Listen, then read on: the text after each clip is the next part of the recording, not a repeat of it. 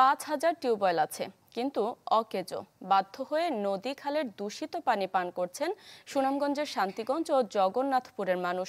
এতে বাড়ছে নানা রোগশোক, অথচ বিশুদ্ধ পানির আশায় টাকা দিয়ে টিউবওয়েলগুলো স্থাপন করা হয়।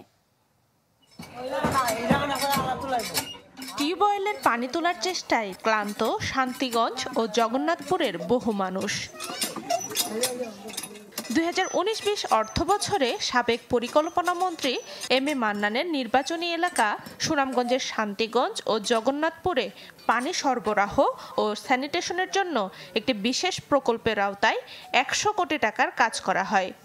এই আওতায় বসানো হয় 5,800 হ্যান্ড টিউবওয়েল, যার বেশিরভাগই এখন অকেজো।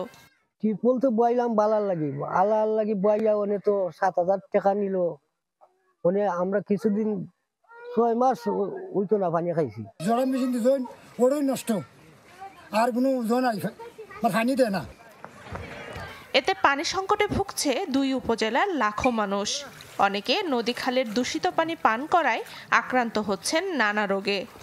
বাস্তব প্রমাণ হলেও দেখুন, যেখানেও গরু দয় এখানেও গোসল করে, এখানে পানি দেয় মানুষ আবার ফুটাইয়া পান করে।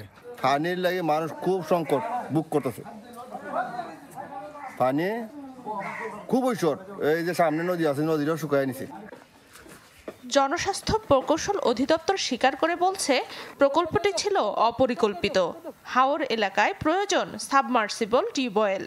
হ্যান্ড টিউবওয়েলগুলো আপনার এই শুকনো মৌসুমে ড্রাই সিজনে আপনার এটাতে পানির সমস্যা দেখা দেবে, যেহেতু আপনার পানির লেয়ারগুলো নিচে নেমে যাচ্ছে।